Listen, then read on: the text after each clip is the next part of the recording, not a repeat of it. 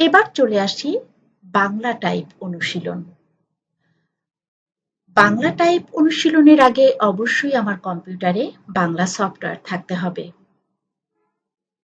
সাধারণত আমরা বিজয়, অভ্র এই সফটওয়্যারগুলো ব্যবহার করে থাকি।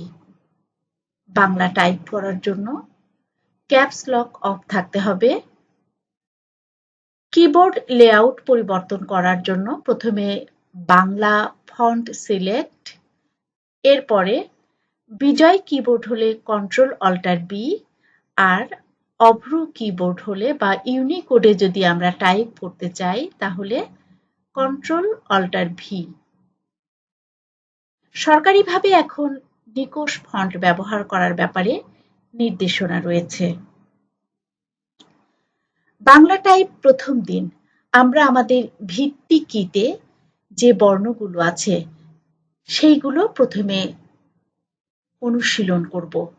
যেমন সেমিক্লোন এল কে জে এইচ, এখানে রয়েছে সেমিক্লোন ঠিক আছে, তারপরে দ ত ক ব, এপাশে রিফালা, রস্যুকার, রস্যিকার, আকার, আর জি হচ্ছে হসন্ত। এখানে আমরা এই বর্ণগুলো দিয়ে শব্দ আমরা নিজেদের মতো অনুশীলন করতে পারি, অথবা আকার, রস্যিকার রয়েছে এরকম বর্ণগুলো আমরা চর্চা করতে পারি। শিফট কি চেপে আমরা এখানে অর্থাৎ semicolon L K J H, A S D F G, এখানে কোন কোন বর্ণ আছে, কোলন, ধ, থ, খ, ভ, এপাশে রেফ, দীর্ঘকার, দীর্ঘিকার, স্বরেয়, আর দাড়ি চিহ্ন। এখান থেকে আমরা বুঝতে পারছি যে ইংরেজি বর্ণ প্রত্যেকটা কিতে একটা করে বর্ণ ছিল, আর বাংলা বর্ণ আমরা সরাসরি একবার প্রেস করে একটা বর্ণ পাচ্ছি, আর শিফট কি চেপে এর উপরে আরো একটা বর্ণ পাচ্ছি। এখানেও আমরা এই বর্ণগুলো দিয়ে শব্দ নিজেদের মতো করে প্র্যাকটিস করতে পারি। দ্বিতীয় দিন ভিত্তি কি থেকে ওপরে অর্থাৎ POIUY, এখানে রয়েছে ডয়-শূন্য র, গ, হ, বর্গীয় জ, চ, বাম হাতে উ, অন্তুস্থ জ, ড, প। এই বর্ণগুলো টাইপ করার পাশাপাশি আমরা অনুশীলন করতে পারি এই বর্ণগুলো দিয়ে শব্দ।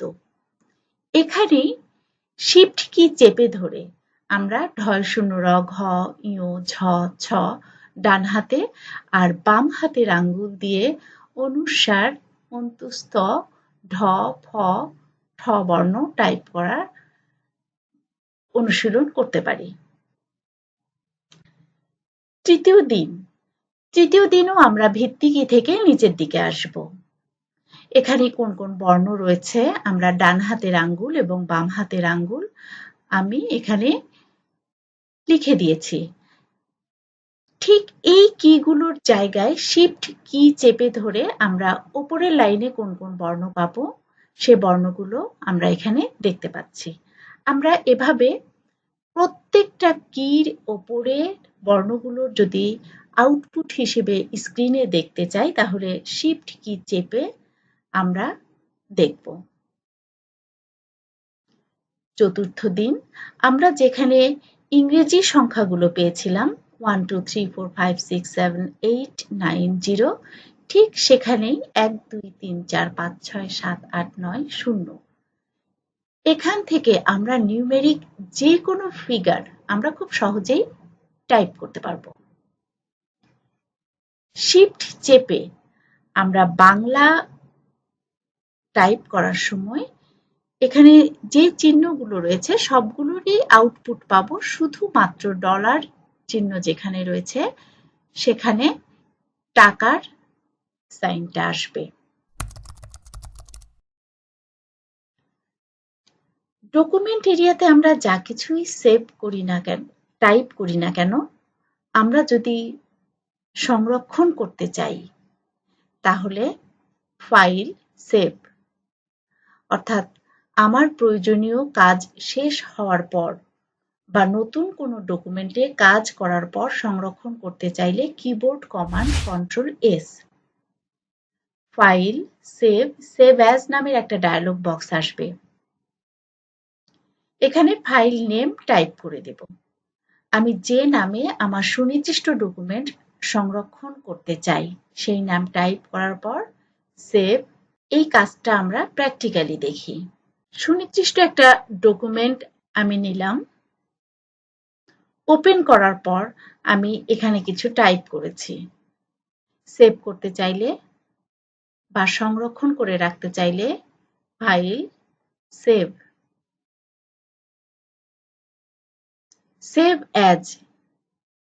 এই ডায়লগ বক্সের ফাইল নেম এখানে সুনির্দিষ্ট নাম টাইপ করে দিতে হবে। এরপরে সেভ। আমি যদি আমার ডকুমেন্ট একটা নির্দিষ্ট জায়গায় সেভ করে রাখতে চাই তাহলে ডেস্কটপ অথবা সুনির্দিষ্ট ড্রাইভ সিলেক্ট করে সেভ কমান্ড দিলে সেই সুনির্দিষ্ট জায়গায় আমি পরবর্তীতে খুঁজে পাব। যদি আমি সরাসরি সেভ কমান্ড দিই তাহলে ডকুমেন্টসে আমার তথ্যগুলো সংরক্ষিত অবস্থায় থাকবে।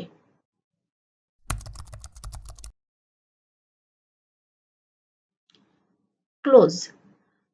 কাজ শেষ হওয়ার পর, কোনো নতুন ফাইলে কাজ করার পর সংরক্ষণ করার কমান্ড দিয়ে আমি যদি ক্লোজ করে বেরিয়ে আসতে চাই তাহলে ফাইল ক্লোজ আর কিবোর্ড কমান্ড দিলে কন্ট্রোল ডাব্লিউ।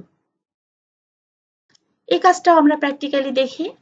এখানে আমি ধরেই নিলাম আমি এই ডকুমেন্টে শুধুমাত্র এই অংশটুকুই টাইপ করে সংরক্ষণ করতে চাই। এরপর ফাইল ক্লোজ। আমি আমার ডকুমেন্ট থেকে বেরিয়ে এসেছি।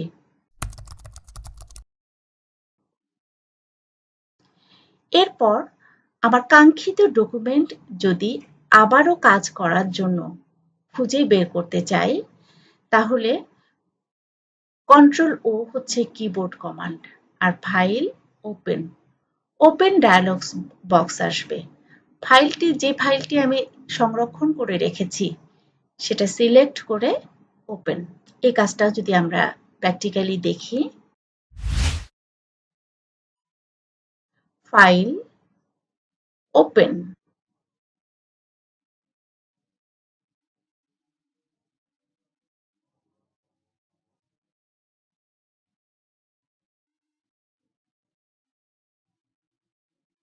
এভাবে সংরক্ষিত ফাইলটি ওপেন হবে। প্রশিক্ষণার্থীবৃন্দ, আমরা এতক্ষণ যা শিখলাম আশা করি বিষয়গুলো আপনারা বুঝতে পেরেছেন। আমরা শিখলাম মাইক্রোসফট ওয়ার্ড কি, how to run Microsoft Word, Microsoft ওয়ার্ডের ইন্টারফেস পরিচিতি, বাংলা ও ইংরেজি টাইপ অনুশীলন, ডকুমেন্ট সংরক্ষণ করার পদ্ধতি, ডকুমেন্ট ক্লোজ করার পদ্ধতি, ডকুমেন্ট ওপেন করার পদ্ধতি। উপরোক্ত কাজের প্রেক্ষিতে আমরা যা শিখলাম এই প্রশ্নগুলো করা হলে আশা রাখি আপনারা উত্তর দিতে পারবেন। আমরা যা শিখলাম আবারও একবার দেখে নেই, নতুন কিছু শিখব এই প্রত্যাশায়।